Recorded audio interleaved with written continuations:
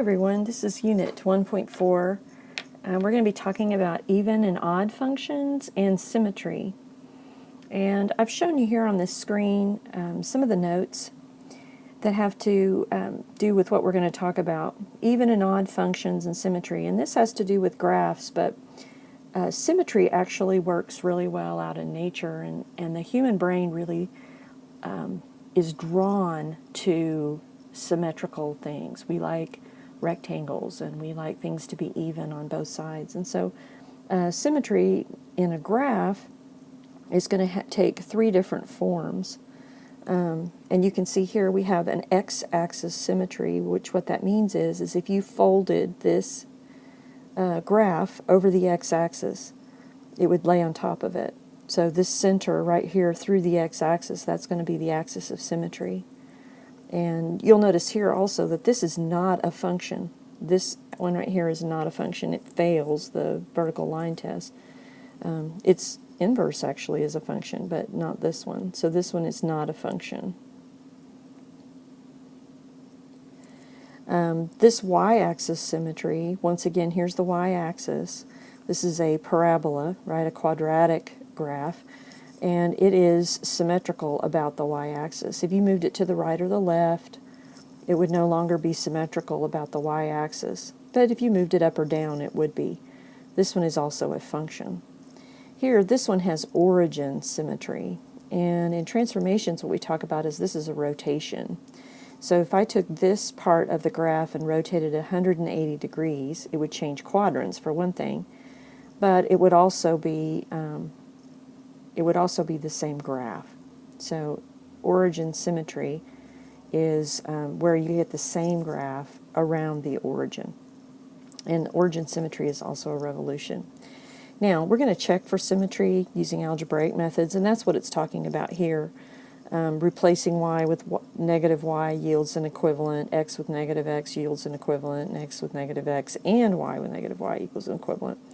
But what all that's really talking about is our points, and we'll look at that in just a little bit algebraically. But this one's not a function, this one is, this one also is. One thing it's saying here, if it has x-axis symmetry, that if I have this x value, this is 2, right? Then there would be a y value here and a y value here. So, and one would be positive and one would be negative. And that would be an x-axis symmetry. Here, if I have a y value, right, the same y value would be for something that x is positive or negative. Origin symmetry, if I had this point, say this point was 3, 4, then the point over here would be 4, negative 3. So there's just lots of different ways to look at symmetry, but these are the three kinds. And obviously, not all graphs are symmetrical. In fact, most are not. So these are the three that are. So these are three special cases. So we're going to take a look at that in this lesson. Okay, here are three equations, and what we want to know is, do they have x-axis, y-axis, or origin symmetry? All right, so we're going to look here at this first one, y equals x squared minus 5. All right, to check for x-axis symmetry, we're going to let the y, we're going to change the y to a negative y and see if we get the same thing. Well, if I change the y to a negative y, this is a different function. This is different. So this is no for x-axis. Y-axis symmetry, you remember y-axis look like this, right? So I'm going to change the x value. So I'll have y equals, and then I'm going to put a negative x in for x squared minus 5. Well, a negative x squared is just y equals x squared minus 5. So this is the original function. So this does, yes, have y-axis symmetry. All right. So the origin symmetry is this. Origin, basically, once you get to this point, if this x-axis was yes, and if you change, basically, for the last one, if you change them both, it will be origin symmetry. So if I have a negative y equals a negative x squared minus 5, and then write it out, do I get a function that looks exactly like the original? And no. So this would be no on origin. So on A, this one had y-axis symmetry, but none of the others. Okay? Now on B, if we did B, do the same thing. We have y equals 4x minus 2. If we do x-axis, right, you change y, so I'd have negative y equals 4x minus 2. So this is no. For y-axis, I'm going to change the x. So I have y equals 4 times negative x minus 2. Y equals negative 4x minus 2. That's also no. Origin would be if I change them both. So if I have negative y equals negative 4x minus 2, does it look exactly like the original?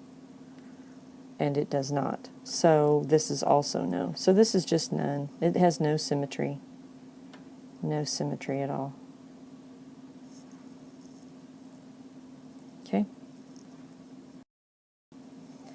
So once you've done a few of these, you'll begin to see what kinds of functions would actually have y-axis symmetry and which ones would actually have x-axis symmetry.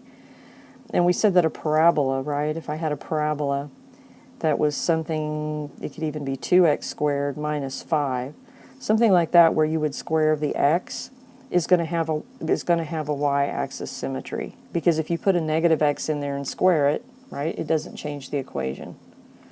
If I had something that looked like, let me change colors, if I had x squared plus y squared equals 4, the equation of a circle, well, think about what a circle looks like. It's a circle centered at the origin, right? If I put in a negative x, it's going to have x-axis symmetry. If I put in a negative y, it's going to have y-axis symmetry. And then if I put in both, it's going to have both. So it's going to have all. It's going to have y-axis symmetry, x-axis, and origin. So that's what it said on the previous screen. When it said if it has y-axis and x-axis, it will have, it will have origin. If it has origin axis, it will have y and x. But not always if it has y and x will it have origin. So, or vice versa. Anyway, that's what that's talking about. So you have to kind of think about anytime you square it or it's an even power. But like say for instance C. C was x to the third plus y equals 0. So if I think of it this way, if I have negative x cubed plus, I'll just put them both in, negative y equals 0. This will be negative x to the third minus y equals 0. Divide through by negative, then I end up with the same one. So this one has origin symmetry. Now, this one has origin symmetry, but it doesn't have x-axis symmetry or y-axis symmetry, because if you just put one of those in there, you don't get the original function back. So that's why I'm talking. Sometimes it does, sometimes it does not. Okay, if you're talking about even and odd functions, even and odd are directly related to the two functions of symmetry. So it's not x-axis symmetry, but it would, because that was not a function. But we have y-axis and origin, and those correspond to functions that are called even or odd. An even function, as you can see here, even, means that it is symmetric to the y-axis. It has y-axis symmetry. In other words, changing x, replacing x with a negative x, yields an equivalent equation. So even and y-axis go together. And if I were drawing this, even axis would be symmetrical about the y-axis. So the other side of the graph would look like this. If it's an odd function, right, it's going to be symmetric about the origin. So that means that if I replace both an x with a negative x and a y with a negative y, I'm going to get the same equivalent function. Now, x-axis is not a function, so it's not this. We're still talking about functions, even and odd functions. So if I'm drawing this one, this is going to be about the origin, and it's going to look like this. So here's an example of a y equals x squared. This one was probably y equals x to the third. So even and odd functions, and it has to do with their end behavior and what they're doing at the ends. This is an example off of your homework, and I'm just going to do one of these because I want you to see what it is, but they're going to give you several functions and ask you, is it even, odd, or neither? And so, of course, when you're trying to find, we're going to do number one. I want to replace, I'm going to do even is the y-axis, right? Odd is the origin, and then if not, it's neither. All right, so y-axis means that when I replace x with x, I get the same function. All right, so I have f of x, and is 5x squared minus 4x plus 3, and I'm going to replace that with a negative x, and that's going to get me 5x squared plus 4x plus 3. So it is not even, no. Okay. If it's odd, then I replace both. So I would say negative y is equal to basically 5x squared plus 4x plus 3. So this is also no. So this is neither. Going to be neither. Okay. Number 2. I want you to try number 2 and 3 and be ready in class to defend your answer. And I will see you then.